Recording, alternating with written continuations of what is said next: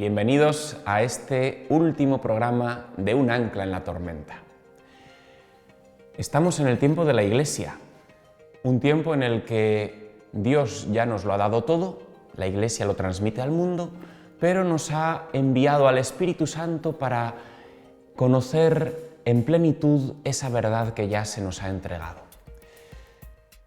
¿Cómo vamos profundizando en esa verdad? Pues con la asistencia del Espíritu Santo, que a lo largo de estos 20 y ya casi 21 siglos de historia de la Iglesia ha ido actuando, evidentemente, en el magisterio.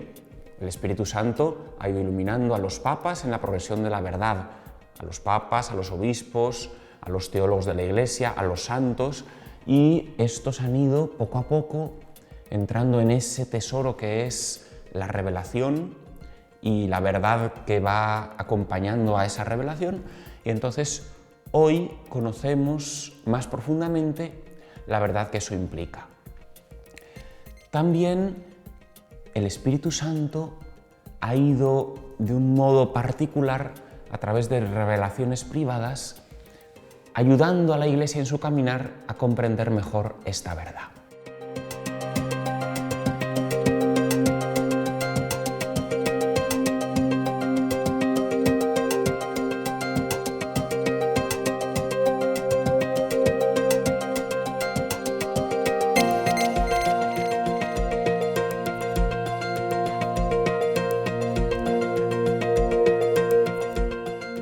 La Dei Verbum no menciona las revelaciones privadas.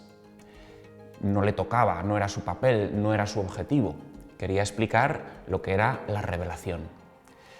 Pero luego, en distintos documentos posteriores al Vaticano II, se han publicado, por ejemplo, la Verbum Domini de Benedicto XVI, cuya función es, en un documento más extenso, de menor rango teológico, pero más del día a día, profundizar en esta verdad de la revelación.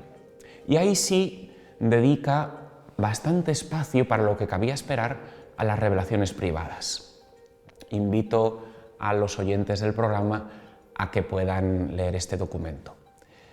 Cuando habla de las revelaciones privadas, subraya lo que ya sabemos y que nos lo transmite también el Catecismo. Una revelación privada nunca va a transmitir una verdad distinta de la que ya se nos ha revelado.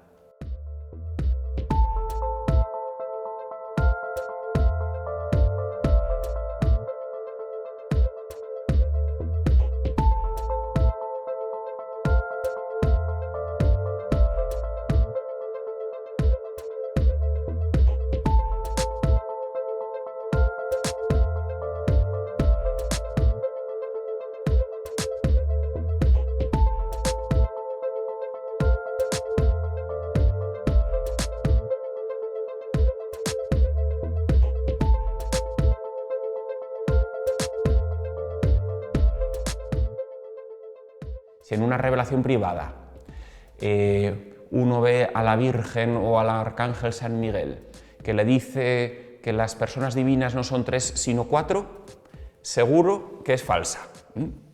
O se lo ha inventado o es un ángel vestido de luz que quiere engañar a ese sujeto. Pero nunca podrá transmitir una verdad diferente o contraria a la que ya se nos ha revelado. O que nos transmitiese que Jesucristo no es de naturaleza divina, pues es falsa. O que algo contrario a lo que aparece en el credo, pues esa revelación no es verdadera. O es del enemigo, de Satanás, o es un invento del Señor que está mal de la cabeza y se ha creído o ha imaginado que tenía una revelación privada. Ahora bien, hay revelaciones privadas verdaderas, queridas por Dios, que luego la Iglesia normalmente tras un cierto tiempo de estudio reconoce, porque no lo suele hacer inmediatamente, sería muy imprudente hacerlo, necesita investigarlo bien, pero una clave para investigar la veracidad de una revelación privada es que hace conocer más profundamente una verdad de la Iglesia que la Iglesia ha recibido en la revelación. Estas revelaciones privadas, dice Benedicto XVI, que son una ayuda del cielo que Dios da a la Iglesia para ese tiempo concreto en el que están viviendo y que por lo tanto no deben desecharse sino acogerse como un regalo del cielo. No son obligatorias, es decir, Dios las regala y no nos obliga a creer en ellas para salvarnos, nos obliga a creer en lo que es verdad dogmática, verdad de fe, lo que está en el credo, o luego verdades proclamadas ex cátedra como la Inmaculada Concepción de María o la Asunción al cielo en cuerpo y alma de María. Esas son verdades que la Iglesia nos exige creer, no son cosas opinables. Una revelación privada, sin embargo, es una ayuda que el cielo da, pero la Iglesia no te pide a ti como cristiano, tienes que creer que la Virgen se apareció en Fátima, por ejemplo. Es una revelación privada, una aparición reconocida por la Iglesia, que la Iglesia dice, aquí la Santísima Virgen se manifestó, pero no te obligo a que creas que se manifestó en 1917 en Fátima. Como tampoco te pido que creas en el teorema de Pitágoras para salvarte. Defiendo que el teorema de Pitágoras es verdadero y defiendo que la Virgen se apareció en Fátima, pero no te obligo a que creas en ello para salvarte. Lo que te pido que creas para salvarte es el credo y los dogmas de fe.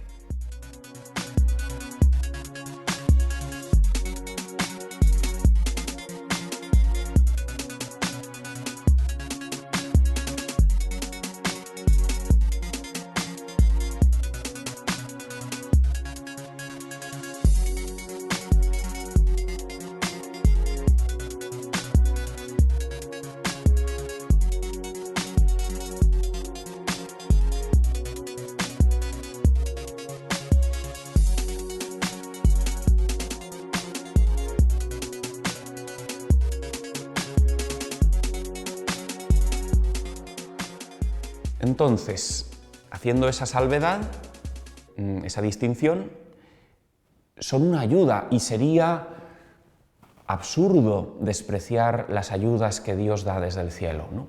En ese sentido, son un lugar teológico interesante para profundizar en la verdad.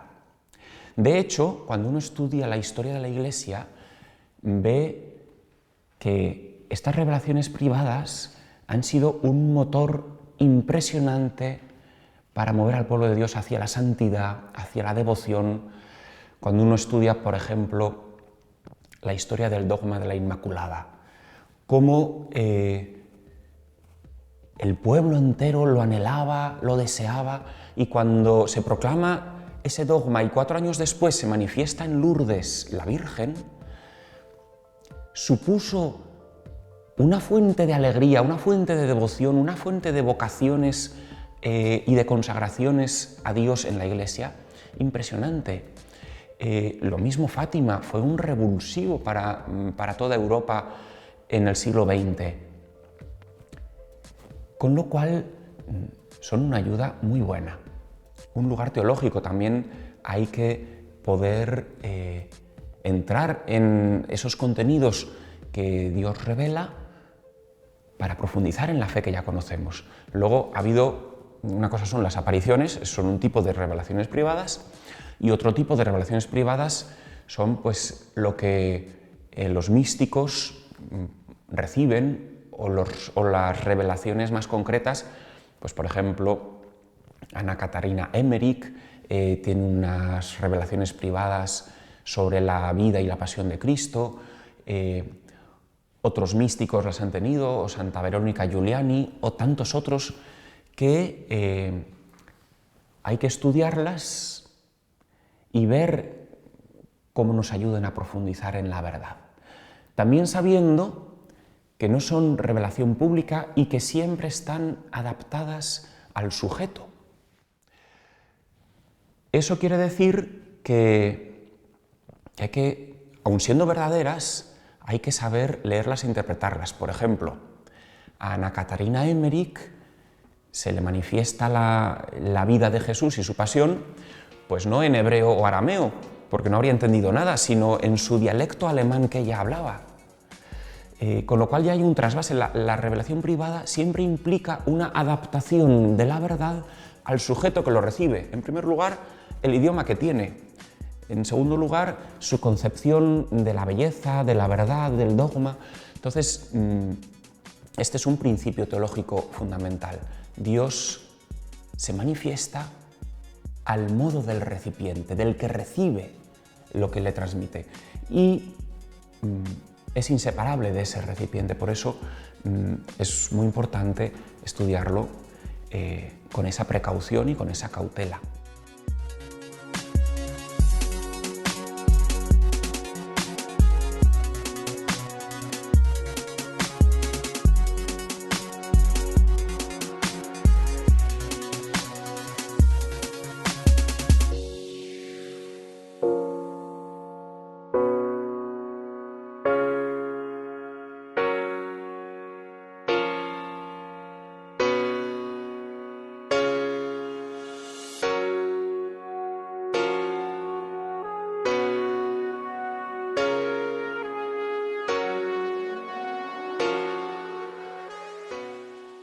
Cristo nos garantizó que estaría con su Iglesia hasta el último día, hasta el fin del mundo.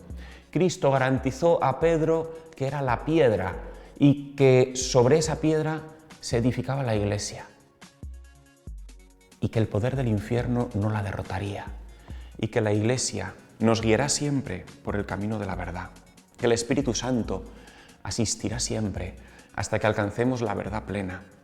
La verdad plena la alcanzaremos no por adquirir muchos conocimientos, la alcanzaremos en el cielo nuevo y la tierra nueva, cuando sea plena nuestra vida en Cristo, cuando nuestro cuerpo esté gloriosamente resucitado como el suyo y nuestra comunión con Él sea absolutamente perfecta y plena.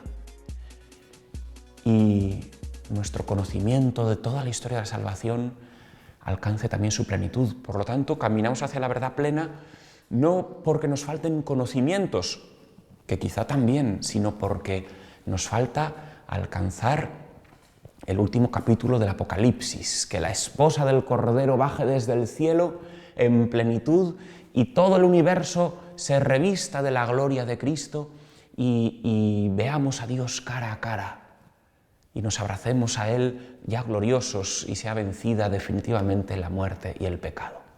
Hacia eso caminamos de la mano de la Virgen y guiados por el Espíritu Santo en el seno de la Iglesia, nuestra Madre.